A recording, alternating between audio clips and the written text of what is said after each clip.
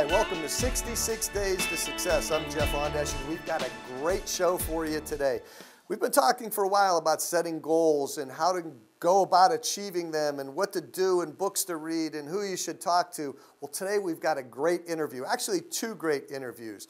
It's a young man who's about to realize one of the goals that he has set for himself. His name is Alejandro Popo Salinas. He is a professional fighter, and he is about to do one of the things that he set out to do, and that's take the next step in his level in his professional field. He is going to have one of the biggest fights of his life coming up at the end of September. We're going to talk to him about how he started out with his goal when he was a little kid, all the way up to where he is today on one of the biggest nights of his life coming up in just a few short weeks. It's a great interview. I'm sure you're going to want to watch it. Also, we're going to talk to one of Ring Magazine's Trainers of the Year, and he's from right here in Youngstown, Ohio, Jack Lowe. He's going to give some insight to you about how to keep motivated, how to stay motivated when you're going out to attempt your goal, planning your goal, and achieving your goal. He's a really great interview, too. So sit back and enjoy this edition of 66 Days to Success. It's a good one.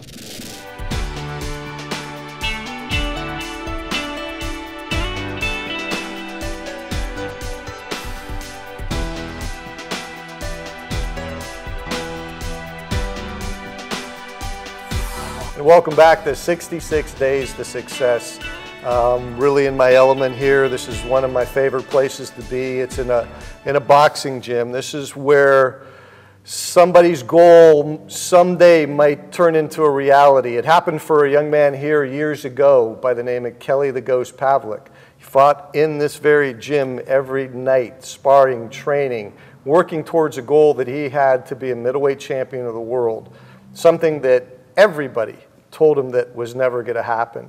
But he believed in himself enough that he brought that goal into fruition, and the rest is just history. He's going to go down as one of the greatest middleweight fighters ever, and he's right here from Youngstown, Ohio. And I have the privilege today of sitting with a young man from the east side of Youngstown, one of the nicest kids that I have ever met. What a great young man he is, and his name is Alejandro Popo Salinas, and this kid is going to be the next champion from Youngstown, Ohio. Lightweight, junior lightweight, whatever it takes. You can climb up any rank you want, man. Yeah. How you doing, Popo?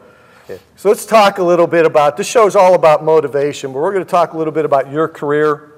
We're going to also talk about, hopefully, how you can help people out there get inspired to attain their goal. A lot of people have goals in a lot of different things, whether you're learning how to play guitar, lose weight, quit smoking, stop some addiction. There's a lot of things that people attain and try to do, and along the way they fail. And when they fail, most oftentimes they quit. They give up and they go back to their old ways or never see their goal come to fruition. So you're a young man. You're 7 years old. Let's go all the way back to then. How in the world does a 7-year-old kid decide he wants to be a boxer and then, let alone just a boxer, but champion of the world? Well, when I was 7, it's more I wanted to stop the bullying. It was more bullying and. Sounded like kids bothering you at school? Yeah, it was. They used to bother me. Oh, you're a smaller kid, or? I was short. I was a little tiny dude, and we all got bullied, but it's more targeted on me. For some reason, I was probably you were it. I was the target for some reason. My brothers, they're more, you bother me, you're gonna get something. But me, I was more that, no. I don't want to fight and everything, but it got to that point that one time I made it home from school and I had a white shirt, polo shirt from school, and it was full of foot marks because I got beat up that day. They walked all over you? No, they were kicking me, punching me, and my mom seen that, and it was on my birthday too. And my mom seen that, you know what? I'm going to take you to your brother's gym and see what happens. So now, were you trying to fight back, or you just let it happen because you knew you were going to? I didn't know how to fight. So you just sat there like the old... I swung, I had swung, and I remember I caught the kid in his face, but I was fighting too at the time, so at that moment I didn't know how to fight, so I was getting beat up, and I came back home, dirty shirt. My mom was like, you know what, I'm getting tired of this, I'm going to take you to the gym. Hopefully something happens. She made a great move there. Yeah, and we made it to the old gym on South Ave, and it was kind of, I can say, a real great moment for me, because Kelly was there. We had some of the old fighters there. Billy Sponts was there. We had some great people there, and my brother was there too. He started at 8 years old, and my mom was like, I wanna get him in here before he can start boxing. And Jack looked at me, and he was like, he's too young. And I kind of gave him that little puppy face, like, well, hopefully he just turns his mind. Jack Lowe, Jack doesn't remind me of the guy that's gonna like take the puppy look and care. Yeah, and he looked at me again, and he was like, you know what? I see something in this kid. I see a talent in him, and I'll give him a shot. But I promise you, I'm not gonna let him fight until he's 8 years old. And my mom said, yeah, That's a good thing, man. Yeah. Get you to learn how to throw. And yeah, and they gave me, I have a whole year, because it was, at that moment, it was January 11th. It was my birthday, so I had a whole year to get ready, prepare myself to a first fight. And I was kind of, getting into it. Boxing was pretty tough because I came from basketball. I used to play basketball when I was younger. And it was more motivating for me, just to see someone like Kelly. For that time, he was probably 20, 22, and just to see him, and I was like, wow, look at him. I used to see cameras come to the gym. I was like, yo, Mom, I want to be like him. She was, when you get older. I was like, no, I want to do it now. And, it was more, my brother was the more eyed one, the one that was been more paying attention to, because he was handsome, he was tall, he was muscular, and he was the first one that started. So, every time we fought, it was the Wands brothers. It was like, I got tired of it. It was like for years, every time I fought, hey, you're Juan's brother. Hey, you're that Salinas kid's brother. Like, I was like, I don't want to be his shadow. I want to be somebody too. So how old were you when you won your first tournament? I was 12 years old. 12. So you had been boxing now 5 years. Yeah. And well, 4 years actually, because you didn't really have your first fight, your junior Olympic fight, till you were 8 years old. Yeah. But my first fight, I lost. That was the funny part. I was so mad, and I did it for a Game Boy. For that time, the Game Boys SPs were there, and I was like, "Hey, Mom, if I win this tournament, can I get a Game Boy?" She was like, "If you win." It was funny. I lost. I was crying because I was a little kid. I was crying. I wanted that Game Boy so bad, and my mom said, and my dad told her, "You know what? Buy it. He deserves it." That's right. Any kid that got the guts to step between those ropes all of a sudden goes from being a boy and turns into a man immediately. I don't care what age you are. It's not an easy sport to be in. Yeah, it's not easy. It's a lot of people think, oh, I can get into boxing, I can become world champion. No, you really got to go through hell in here. You got to go through your up and downs. You got to get sick, then come out of sickness. You got to go through depression sometimes because things that happen at home and all that. You got to make sure you don't bring your home problems into your job. Keep your job problems or situations from your job at work and, home situations at home. I learned that from my uncle. He was one of them that said, keep things parted from each other. That way you can focus on Can you do that now? Oh, I can do that. And especially one time you told me take those 30 minutes of meditation. Yeah. Of thinking. Like, I always do that now. And I'm always thinking, like, what's my next move?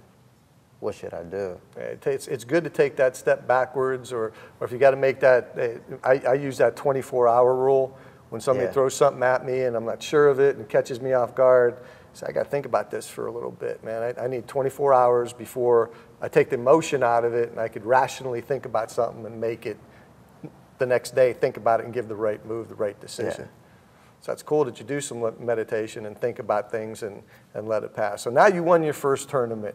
Is that when you started thinking that maybe, hey, I got something here, man. I got the moves I could hit, and things are coming around? I thought I was a bad dude. I was like, man, I'm a bad dude. So you went from the bullied kid to now you're on the other end of the spectrum. Yeah, I was like, I'm a bad dude. it's just, wow, all these tournaments I'm winning. And I couldn't believe it. And a lot of people were already getting intimidated. Even well-known people in the amateur game, they were getting intimidated. And there was moments that they'll ruin our weight division because I was in it. So they didn't want to have that competition in there. So they'd move up or go down so they didn't have to fight you. That way they don't have to fight me. And then then the whole entire drawing boards get screwed up and they got to reset everything, and then they'll put me as a walk around or something like that, walk through, and I got to wait like 3 days to fight, which was pretty cool because I'll have to fight like at the end of the tournament and win the tournament, but there was always somebody that had to ruin it. But me, I was that type of kid, and Jack knows that I'm that type of kid that bring me who you want to bring. I'm fighting.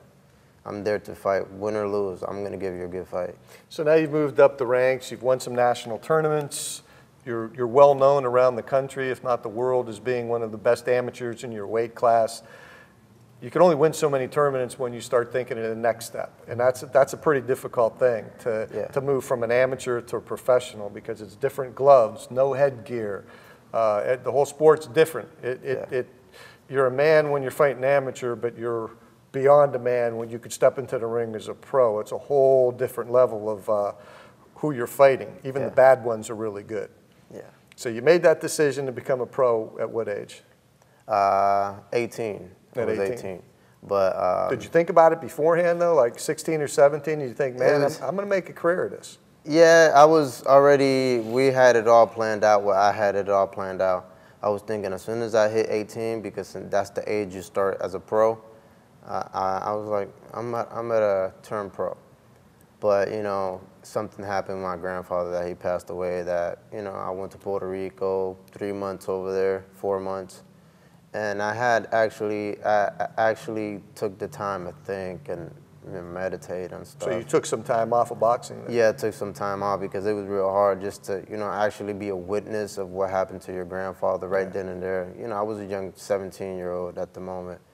And it wasn't good for us. So when to Puerto Rico and seeing their lifestyle, where my dad came from, where my mother came from, it was pretty hard on us. So when people, not to get off subject here, but when people talk about how bad they have it in America, do you want to smack them and say, you have no idea? You're bad here in America is 98% better than people have it in the rest of the world. Hey, I can say if I had a house with only 2 rooms and a beat up garage or something, I'll still appreciate it. Because over there in Puerto Rico, you have to build your own home. You have to make your own water pipes. You have to do everything, electric lines, everything. You have to do it all on your own. The only thing good that you get is it's all yours. And you're a kid of faith, and did that play a part in knowing that, it takes an awful lot of work and discipline to be good in this sport. It doesn't come easy. You're just not born to be a fighter. You have to really work at it every single day. There's a lot of discipline that goes with it. There's a lot of technique. Yeah. You can't. A lot of people think, oh, that guy. I went to school with him. Man, he could really street fight. He's a really tough guy. That's not how it is in there. Yeah. It's a lot of technique. It's a lot of stamina. It's a lot of hours and sweat and pain that goes into this. So you're now turning 18. Now you have that motivation. You got that smack in the face, and you realize, I want to be a professional fighter. Did your faith also come into play there a little bit and said, yeah, God did grant me with a little bit of this ability. I'm not going to let this slide by. I'm gonna go after it. It was more whatever came my way, I'll give it a shot. And my faith was always there. It's just always had my doubts about myself. I believe every boxer go through it. I believe Kelly went through it. I believe any other fighter, probably Jermaine Taylor, Mayweather, Pacquiao probably went through it. It's just you'll have your own disbelief about yourself. So I had to wait till I was 19 years old before I can start my first fight. And man, so he didn't let you fight until he thought you were ready? He made me train a year ahead for my first pro fight. And you got to listen to him. The guy's was the ringside trainer of the year, so he's got some chops. He knows what he's talking about. So that was a good thing for you. You had to learn a whole different way of doing what you thought you knew how to do. Yeah, and Jack is a good motivating person. You know, sometimes he gets cranky. You know, he just when he's awake. The gym. Yeah, he disciplines the gym. That's what I love about this gym and how he takes care of his gym and the kids in the gym. You know, he don't treat us like fighters. He treats us like sons, daughters, you know, family. You're 18. You're now 19 years old. You're getting ready for your first pro fight. How do you? And you mentioned motivation. That's what this show's all about. How do you motivate yourself every day to come in here at 3 or 4 o'clock? Train for 3 or 4 hours, and when you come into a gym like this, if you've never done a boxing workout before, it's not like going to the gym lifting weights for a half hour, 45 minutes. You're coming in here. By the time you leave here, you're going to be beat up. You're going to be tired. You're going to be screamed at, and then you're going to go home and come back and do it all again the next day. Yeah. What's your main motivation for this, man? My main motivation is my family.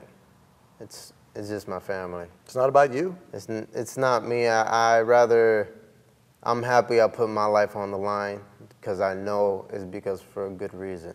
A carrot down at the end. Yeah, and it's more like as soon as I make it, I'm paying back those who have been there for me, those that never stopped, you know, motivating me, those that never stopped being around me, those that never stopped going to my fights. Believing in you. Yeah, and it's just, that's my motivation, and just to see Youngstown, you know, I want to put Youngstown back on the map, and Kelly did it. You know, after Kelly, you know, retired and all that, it kind of Youngstown went south, and that's not what I want. This is the city I came from. This is the city I was born in, and you know, a lot of people say, oh, Youngstown is a crappy place to live. Oh, it's dead. Like a lot of people told me, Youngstown is dead. So no, this is the city of boxers. A lot of people say it. City of champions. Yeah. I know from my era, we can go with Greg Richardson, Harry Aurora, Ray Mancini, Jeff Lampkin, Kitka, Craig Snyder. Then you move on to Kelly. You just go on and on. I mean, that's in a short period of time for a little town like Youngstown, Ohio. Yeah. Some bad people came out of here. Ernie Shavers. How do you forget Ernie Shavers? Mike Kornicki. I could go on and on and on. The guys that didn't even make it, but the Golden Gloves that went national, the Rosenbergers. It's just a great bloodline. Yeah, and that's what some people don't see, and that's my motivation, my city. And you have a beautiful daughter now, too. Yeah, she's my inspiration.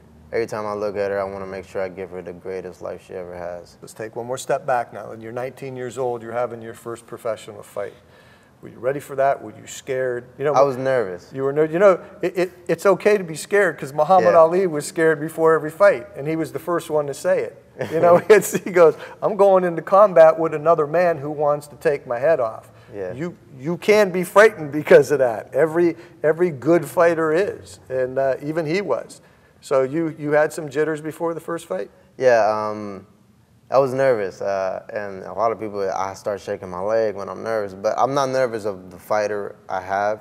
I'm nervous of how I'm gonna do. How am I gonna react to the fight, or, you know, how would I accomplish it? I'm never nervous or scared of who I'm fighting. I can care less because I fought tougher people. And that moment, I was like, oh man, I'm so nervous. And I was like, hey Jack, I'm real nervous. He was like, you nervous? Good. I was like, is that bad? He was like, no, because if you're not nervous, there's a problem. Yeah, it's normal. Yeah. I was like, okay, I guess that's nervous. And I asked his son, hey John, I'm real nervous. He says, you nervous? That's good. I was like, you sure? He was like, yeah. If you're not nervous, there's a problem. So I was like, it was kind of 2 for 1. So I was like, okay, I'm going to do good. And, you know, as soon as my fight kept getting closer and closer, the more nervous I got. But as soon as I caught hand pads, it was like everything went away. And I was like, okay, I'm ready to go. It's either, you know, once I get in the ring, either he takes the food out of my daughter's plate or I take it out of his kid's plate. It's kind of rude to say it that way, but it's true. It's like I'm not gonna allow no one to take, you know, the bread I'm making. I'm not gonna allow anyone to try to stop that.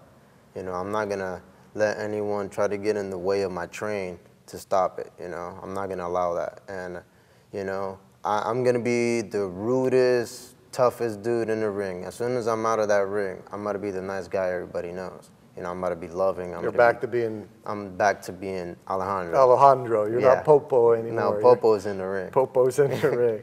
All right, so now you win your first fight, you win your second fight, you win your third fight, you're 3-0, all knockouts. Nobody could really touch you at that stage. And now you get a shot to go out to California. And it's a little bit of a test for you. You're going out of town to fight for the first time. And you're going up against a kid you know nothing about. Nobody really knew anything about him. And tell us a little bit about that fight. It felt great coming over there, but it was just a lot of things that happened that Jack told me not to never say. But it was, I believe we should have done it over here and then go and fight. And it's just more, you know, once you're new to a state, they're going to want to do everything to you. So that's what kind of basically happened. But yeah, I can care less because I still fought. And well, as soon as I got there, everything was beautiful. Everything was different, you know, new atmosphere. And that fight, it was a last-minute notice fight because I was going to fight someone before that kid I fought. The day of the fight, I was ready to go. I was motivated. I was ready to do it. You know, as soon as I stepped in that ring, I was, instead of focusing to my target, I was looking around like, wow, I made it up here. It was the Corona ring, Golden Boys production. I was like, wow, this is awesome. You see a crowd of people, cameras everywhere, beautiful lights everywhere, colorful lights, a crowd of Hispanics. I was like, this is really awesome. And as soon as that bell rang, I knew the first round was mine. I was using more techniques than power. And I was up and touching his body, touching his head, touching his body, touching his head. You know, I was going up and downs. And I was angling him and everything was going good that first round. And, you know, as soon as that first round was over, went back to the ring. Went back to the corner and Jack was like, how you feel? I was like, I feel great. I can do it. I can do it. And he's like, okay, well, keep doing what you're doing. You're going to do good. And if you have to test that power as well. Don't nitpick your shots. Test it. That way he can know you're there. And I was like, okay. Second round got there, beginning of the round, probably like the first minute, 30 seconds, we were going at it. Me and him toe-to-toe, showing our power, that we have power. And it was just those lucky shots. And, you know, if I look back to the videos, sometimes I do, it was that unexpected shot, especially from him. Yeah. Because he was looking down at the moment. He hit me with a body shot, and I was blocking that body shot.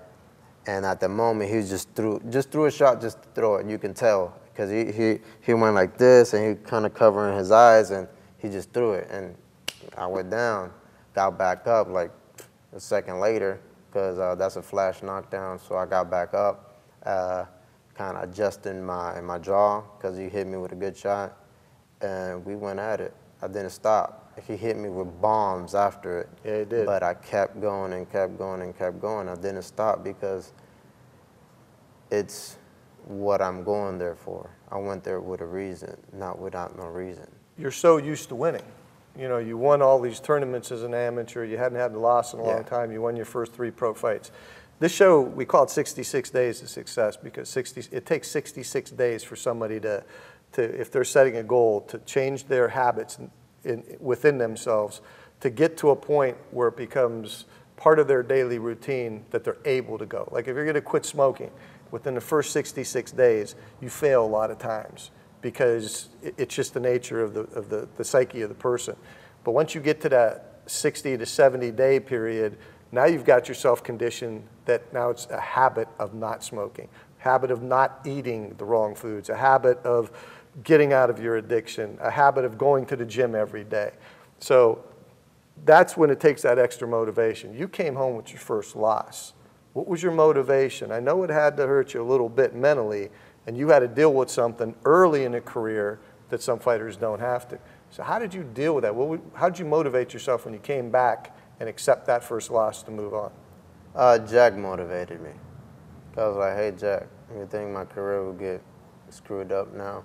It was like, don't worry about it. It was just your first loss, you know, and I'm happy. He was like, I'm happy it happened real early in your career. Yeah. Because in the future, you already know what a loss feels like. That's right.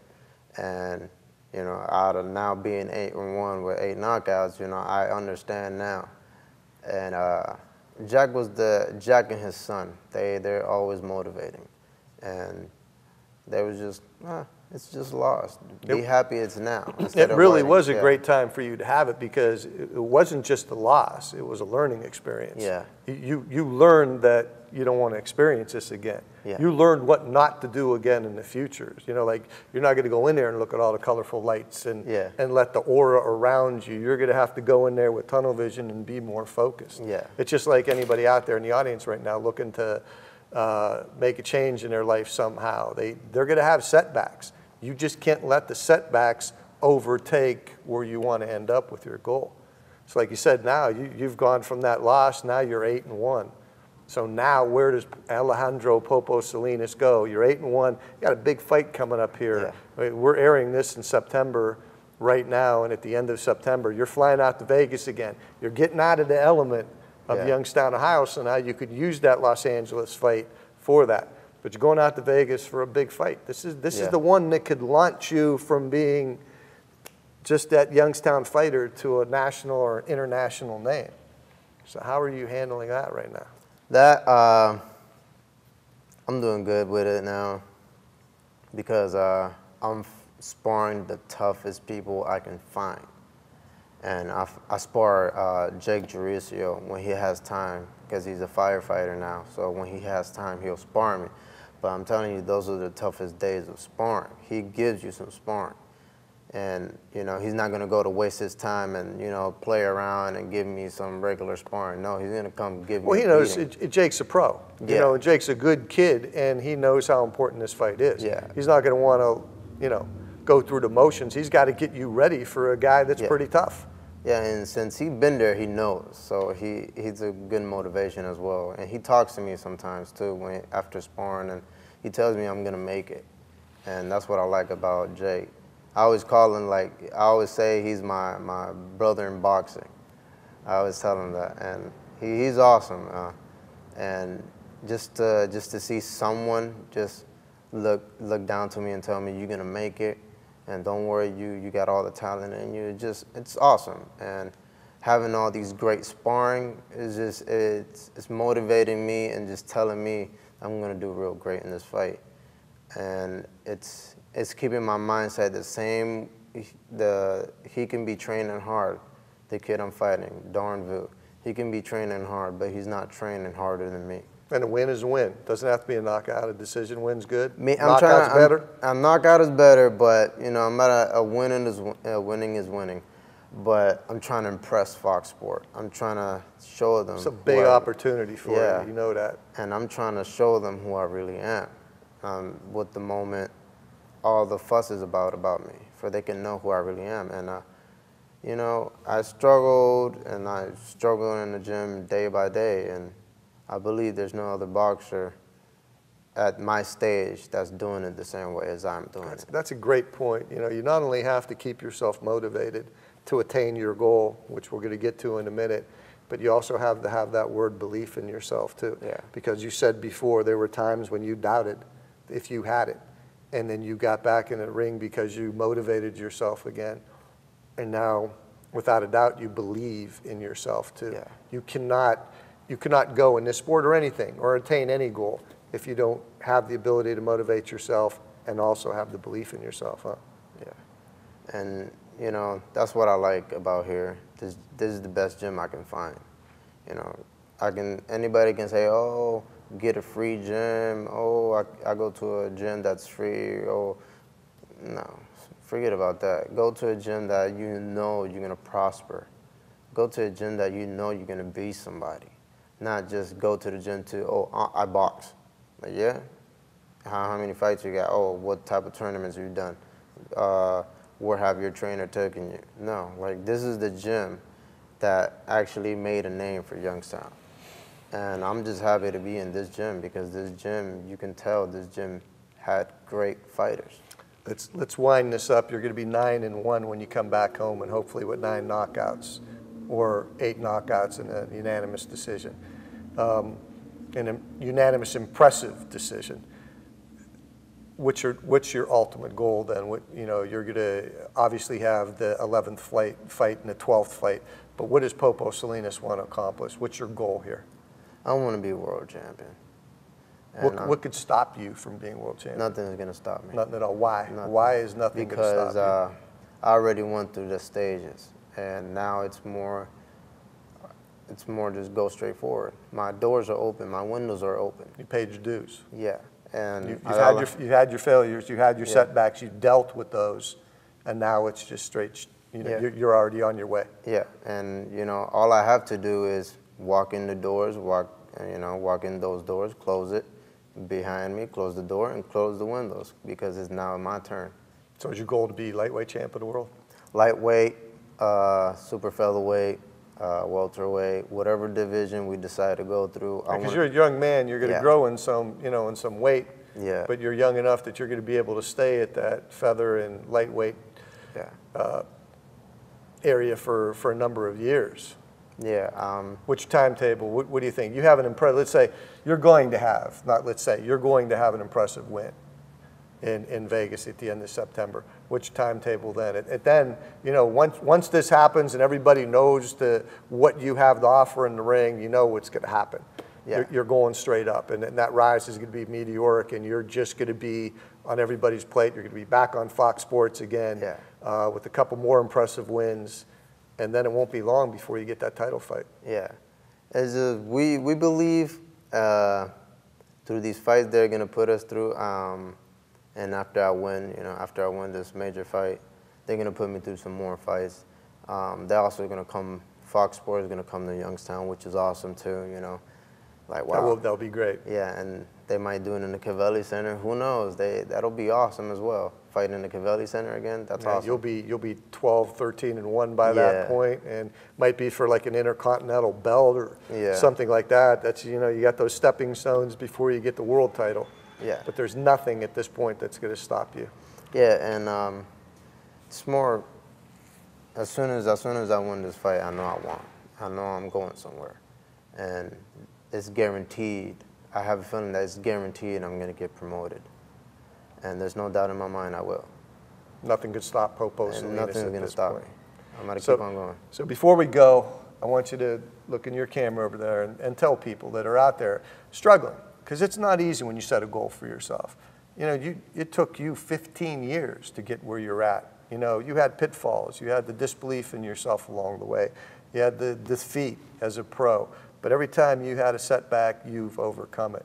So there's people out there right now fighting addiction, having a tough time. They're maybe even on a weight loss thing and having a tough time and can't get through it properly. They have that setback and they quit.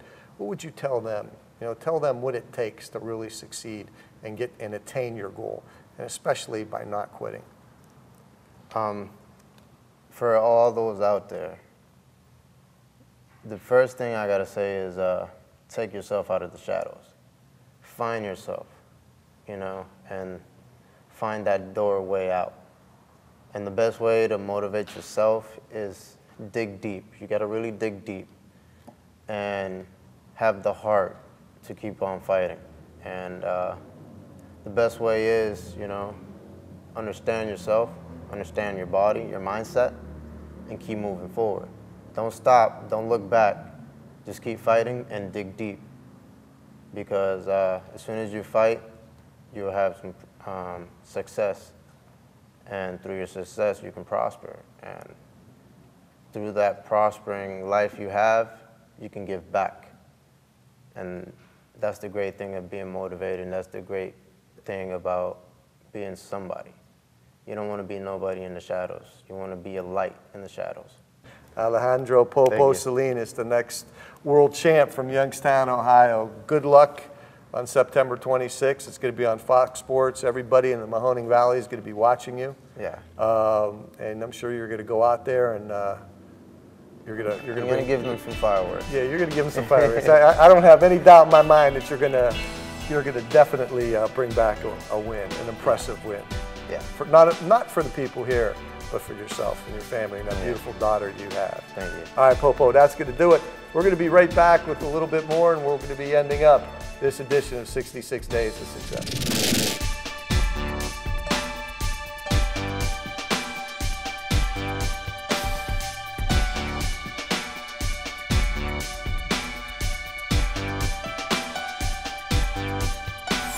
And we're back to 66 Days to Success, and I'm kind of happy we're going to switch gears here. I thought we were going to end the show, but Mr. Jack Lowe happened to come into the gym right as we were closing out the interview with Popo, and I'd like you to hear some things from Mr. Lowe. He is the recipient of the Ring Magazine Trainer of the Year back when he had Kelly Pavlik and Kelly Roseby, a middleweight champ of the world, and being the Ring Trainer of the Year is not something they throw around lightly. Only one guy gets that every year, and that's the boxing Bible right there. So you're in an elite status with a lot of good guys out there. Yeah, you know, it was a great honor. We had a great year that year.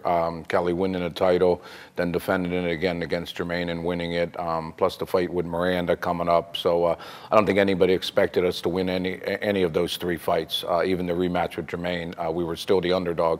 But yeah, I mean, I got some great company: Freddie Roach, Emmanuel Stewart, you know, Eddie Futch, guys like that. Yeah, Joe Frazier's. Yeah, I mean, you know, Ray Arcel, which trains Ray Mancini's dad. I mean, it goes way, way back. And you know, if you look at that list, I mean, it is something to be proud of. If you never did another thing in your life, that's a great accomplishment. It's a great accomplishment in this sport. So let's talk a little bit and go back to those days and just take a second there. You're a great evaluator of talent, I guess, because you could see something in a young kid where you can feel that they have that talent and you're able to bring that out of them. But that kid has to also realize he has that talent, and that's something that they have to self-motivate themselves with. How do you bring that talent out of somebody you see that has that spark? Well, you know what? Every kid that comes in is different, and but it's just like if you coach Little League baseball, Little League football, you know, you'll see that kid on the field that swings the bat the right way. You know, he might tap his shoes with the bat. It catches your eye. So it's kind of some little things that they do. And like when Kelly came in the gym, it was just his heart. I mean, the first day he sparred, he was like 9 years old and, you know, got the snot smacked out of him, bloody nose, and wore the same shirt back the next day, you know, and that motivated me to motivate him. Like, this kid come in here and wants more. You know, he wore that same shirt in here today that he got his butt kicked in yesterday, and he wants this kid to see that. You know, things like that with these younger kids when they come in the gym, like things like that motivate me to motivate them. And really to motivate them, I mean, you got to bring them down a little bit, and then when they do something good, you got to, you know, compliment them, and you got to, you know, you're like a father figure to them. You know, your father whoops your butt, but he'll kiss you goodnight. Yeah. You know what I mean? So I've had hundreds and hundreds of kids that me and my wife has housed and clothed and fed, and you know, you get close to these kids. Motivating them is not that hard at a young age. It's when they get older and they've been doing it so long, you know, you have to let them know what's out there to grasp for. Fortunately, having Kelly and being at the top of that mountain, you know, I was able to do it with Willie Nelson. I took him to #3 in the world. Danny Williams, #2 in the world.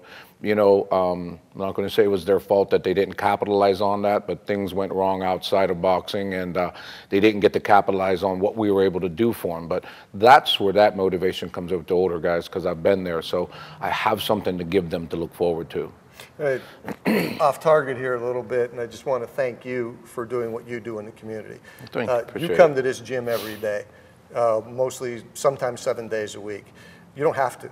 This is not something that's making you a multimillionaire, especially right now. You don't have that middleweight champ of the world. Right. You got a bunch of little kids, and once the gym gets cranking here in an hour, you're going to see a bunch of little 7, 8-year-olds up to 23, 24-year-olds in here working out, sweating, fighting, sparring. You don't have to be here. You don't have to do this. So what makes you come here every day to help out these kids in this community? To look for that next champ. You know, will I ever get it? A lot of people think I will. I've been told you'll find one, you'll get one. I think I have one right now. But the little kids are what, you know, you come in here and every day I tell myself, after working 8, 9, 10 hours a day doing construction, I tell myself, why am I doing this one? And then when you walk through the door and, you know, them little kids are here, it's almost like going home to your little kids. Like, I've been doing this for going on 29 years now, and they motivate me. You know what I mean? We haven't had this large of a group of young kids in here in a long time. It goes back to the days up on Erie Street when we had our gym up there. So, you know, that motivates me when I walk in the gym. Dragon butt, you walk in here and they're all happy, running around, blah, blah, blah. So them kids motivate me. So you think you got one, huh? I do have one. I don't think I do. You know you have one. I do. You know, I've only said some things about 2 different fighters in my life. And that's honest to God truth. I used to tell my bosses at Tamco, I used all my vacation time, 5, 6 weeks of vacation for Kelly. Traveled around the country. I would set my vacations, you know, my bosses thought I was crazy, burned up personal days, you know, almost got fired a few times. We got to take extra days to take Kelly here, take Kelly there. And I remember telling one of my bosses, Carmen Ford, he was our plant supervisor, this kid's gonna be a world champ one day. And I ran into him after we ran the world title, and he remembered that. He remembered me telling him that. And the only one I've ever said that again about, not Willie, not Danny, not Billy Lau, and they were all good fighters, but is Popo Salinas. He's got it. He's got the full piece of the puzzle. He can hit. There's no doubting his power is Listen, tremendous for his weight. You know, it's when I went to a financial advisor, he put everything in a pie chart. And I looked at that, and you know, I thought it was real interesting, and I went home from there, and I really did. I made myself a little pie chart, and it's for what a boxer needs, you know, and if there's something in that chart that they don't have, one thing I found out from being out amongst the elite people in boxing and the elite fighters and the biggest stages there are in boxing is you can't have a piece missing. You know, you can't. You have to have heart, you have to have a chin, you have to be able to punch a little bit to show people down. Kenny Cigarani, Billy Lau becomes world champions if they could punch a little bit. They were that good. They just didn't have that stop power. They didn't have that power to slow that guy down, to make that other guy change his game plan. Kelly did, Popo does. He's got a big fight coming up on the 26th. How do you keep him motivated and keep him on track? Well, the kids had a lot of pitfalls too, you know. We were, I don't want to say promised, but we were talked to by a lot of promotional companies that showed a lot of interest in him. And, but they would tell me, get him some more fights, get him some more fights, get him some more experience. We got our eye on him, we got our eye on him. Pretty soon the young kid gets sick of hearing that. Like, it's almost like, well, man, is Jack lying to me? You know what I mean? And so trying to keep him motivated was telling him what the promoters were telling me, and also what I was trying to bring out of the promoters and promise Popo, and you know, we're going to do this and we're going to be fighting for it. Because me and my son, we put a lot of money into this kid, and if it meant us continued putting fights in Youngstown, Ohio for him to keep his record going, if it meant us going out and buying him a belt, and when I say buying him a belt, I mean putting up the money to fight for that belt, we were willing to do that. You know, but along come the Sherrill Brothers, which are 2 local guys that were basically from, I think, Struthers, and they moved out west, loved boxing, took an interest in it. You know, they got a great business going out there.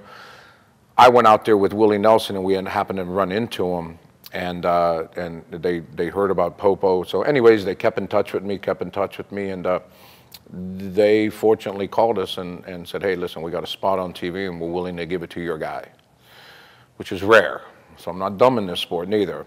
Along with offering us something like that comes something they want in return. It's like the Godfather movie. Yeah. You know what I mean? Don Corleone, you do a movie, he does you a favor, you owe him one.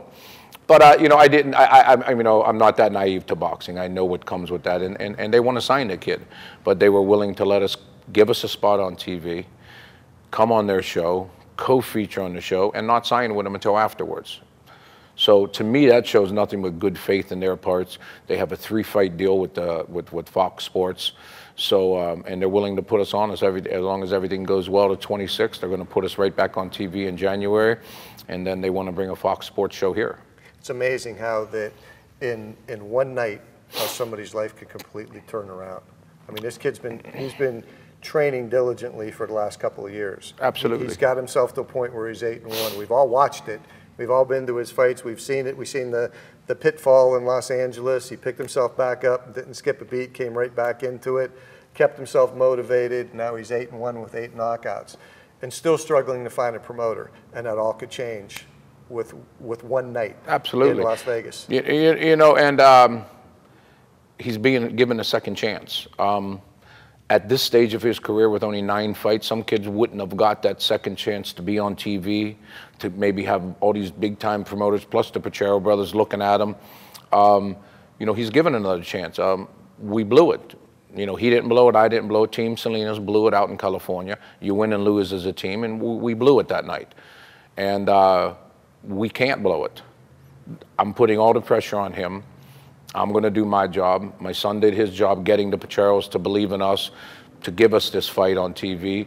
We're fighting a very good kid, 12-0-2. So that also shows you how much confidence we have in Popo. We could have picked. You're not putting him up against a guy that's like 2-6. We could have picked somebody 8-2, 7-3. You know what I mean, and still been TV approvable. You know, we went after a 12-0 kid, a 12-0-1 kid, or whatever it is, and like I said, not only do we have the confidence in Popo, you know, I think it's the right 12-0-2 kid. I think given the right circumstances that night, Popo could look like a real superstar. And that's what we're gearing for. So then where does he go from here? Well, you know what, like I said, winning this fight, the Sherrill Brothers are there for us. So the only other big thing that could come out of this is Top Rank comes along, some other big promotional companies, and want to partner up with the Sherrill Brothers, which is fine with us, and that will be in our contract with them. You know, if a major company, because it's their benefit too. Yeah. They're only going to be able to take Popo so far, as I did, and I'm realistic with that. I've spent a lot of money on just his opponents to get him fights here. So I know what my limitations are financially that I want to put into this sport without my wife killing me, and I know what probably financial, you know, obligations that the Sherrill Brothers are going to be able to get him to. That's where the bigger guys come in. You know, when you guys got guys like Top Rank with endless pockets, you know, will spend whatever it takes to get their kid to that world title, and I've seen them do it. I've seen what they did for Kelly Pavlik. I've seen what they did for Nonito Donaire. Everybody that was coming up with Kelly at that time, I've seen how they made them champs. They're the best company out there. And being that you have been through this before, your level of excitement right now has got to be through the roof. You know it is, but I know you're being reserved about it. You're trying to hold it back. Yeah, and that's the whole thing. This is such a huge opportunity that, again, his whole life changes on September 26th. Absolutely. You know, and I know that. You know, and does my life change again? Absolutely. But I've also had some pitfalls along the way, getting too excited. You know, I thought Willie Nelson was the guy. We had our chance on HBO a few times. It didn't work out. Danny Williams, you know, it didn't work out. And I had really high hopes for them guys. But I know this kid.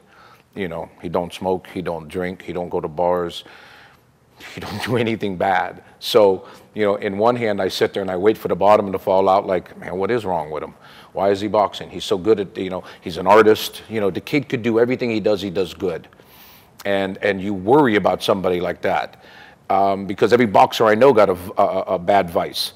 You know what I mean? Whether it's drinking, alcohol, women, something. And I'm not talking bad about them guys. That just seems to go along with boxers. And this kid don't have any of those. So it's almost like I'm looking for something to be wrong and bad with them. Yeah. You know what I mean? But there isn't. And it kind of scares me like that. But on the other hand, you know, I'm real excited for the kid, and I'm really, really excited about this opportunity, but I'm pulling the reins back on my excitement for right now. Now, after the 26th, when we're out there that evening, I'll show my excitability, you know, because, you know, that is going to be a big night for him, and it could change Popo's life completely. Oh, I'm not saying, yeah, I'm not saying. And that's like, when you really got to hone him in. Absolutely, and I'm not saying he's going to be financially secure after that night, but I could tell you what, as long as he looks very good, his life is going to be a lot easier after that night. And he deserves it because he does. He's paid his dues. Any young guy that has put the time in since he was 9 years old, like Popo does, runs, works out, spars, goes, we travel hours away just to get sparring work, and keeps a part-time job and sometimes full-time jobs. He deserves it, he really does. He's worked hard at it. He has done nothing in this community to tarnish his name. You know, and he's got everybody behind him. He's got everybody behind him. He's an exciting young kid, a good young kid, great smile. He's like when I was interviewing him, it just struck me. He's like a mini Frankie Lindor. You know, when he gets that smile on his face, you know, you can see the enthusiasm, and then until he steps in the ring and flips that switch. Right. Well, last night we were driving over to Butler, PA to spar, and you know, I was telling Popo, I said, this is almost all like deja vu. I remember when we were getting real close with Kelly, we were still having to travel for sparring. You know what I mean? We'd have to go to these guys' gyms to spar because we needed them, but they really, you know, knew that we had to come to them. They didn't have to come. So we were driving all over the country, all over, you know, Ohio, Kelly and I, and getting sparring. And last night we were on this ride over to Butler, PA, like I thought we were going to the other side of the world. And we were talking about that, and like I said, everything is just like, this is almost like going into that Zuniga fight. We're fighting in Las Vegas. We fought Zuniga in Las Vegas. We had a handful of people coming out there to see Kelly. He probably had 15, 20 people for a small fight. You know, it's an ESPN fight. Popo's fighting on Fox Sports. You know, you'd figure everybody's going to sit home and watch it. We probably got 25, 30 people that are going out there. And I might take it. Yeah. You're going. I mean, I really do. The Schiavones are going. You know, Danny Pagley. I mean, everybody that buys tables. A lot of these people that come to see him, they're going out to Vegas, and I'm thinking, man, it's just like Kelly. You know what I mean? And that hasn't happened with a lot of fighters. You know, it's so young in his career. You know what I mean? That you just don't expect people to grab on that quick, but they have. He wins this fight on TV. When he wins this fight on TV, it's just going to be probably 3-4 times that many people going back out to the next fight. Good. Good. You're talking about boxers having vices. Mine was getting knocked out. I just had a problem staying vertical. That was my vice in the ring. Right. So I'm hoping he don't catch on to that vice. But go ahead. Ondash, yeah. So this show's all about motivation. I want you to end this with this. There's a lot of people out there that try to set goals for themselves, no matter what it is. And they have setbacks and they fail. You've been through this sport. You've seen it yourself. You've brought a fighter all the way up to a middleweight championship. You have other fighters that almost made it and didn't do it. You know better than anyone else what it takes to be successful, how to motivate yourself, and especially when you fail at something and not quit. So if you could look at the camera and just give some people some inspiration on whatever you're trying to do, play guitar, quit smoking, got a drug addiction, anything, lose weight, whatever your goal is that you're trying to attempt, tell them to First keep of all, going. It's got to come from here. You know, and when you really want something and it's coming from the inside, from that heart, and that's how you could tell if a fighter really wants it. It's going to come from the heart. You know what I mean? You could tell this person, quit smoking, quit smoking. No, no, no, no. You have to want it. Don't give up. It's going to be hard. You're going to fall. You got to get back up. I tell all my fighters, listen, a great winner is a good loser. If you don't know how to lose in life, if when you lose something in life or you fail at something in life and you fold up, it's over. You know, so every time you win, that's great. But when you lose, it's okay.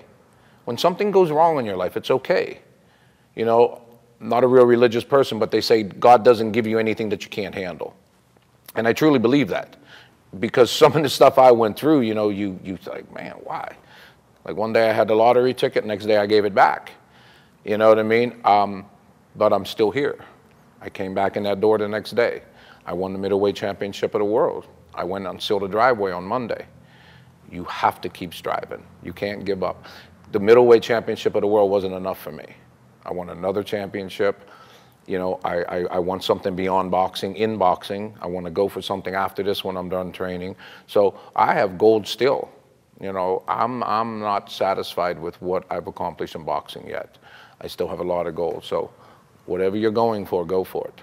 That's right, and don't quit. And if Don't something quit. happens along the way, just pick yourself back up and keep on going. Now, you heard it from somebody who is the ring trainer of the year, and he didn't even charge you for that. So take the advice and run with it, because he's a great dude. Jack Lowe, you are a fantastic man, Appreciate it, Jeff. a Thank great you very human much. being, and what you do for the kids in this community, I can't tell you how much we appreciate it. You do an awful lot by coming here every night after you say you work 8, 9, 10 hours a day, and you're still here. And you need a bath, by the way. But I just came from work. So. That's going to do it. We're going to be right back with more and end this edition of 66 Days to Success. Thank you, Jack Lowe. Thank you.